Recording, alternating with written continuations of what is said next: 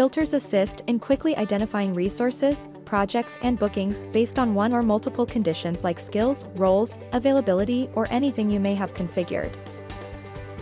If you have a long list of filtering options, then use the search field to quickly identify required option. Filter will get applied as soon as a value is selected and filtered results will be visible on the screen. Use Match Any or Match All conditions as per your requirement. Turning on the exclude mode makes the filters work the other way round. Use this option to identify resources who do not fulfill defined conditions. Apply multiple conditions to narrow your search. Use the reset button to clear all selected values. Reorder filters by grabbing them and placing them in the desired order.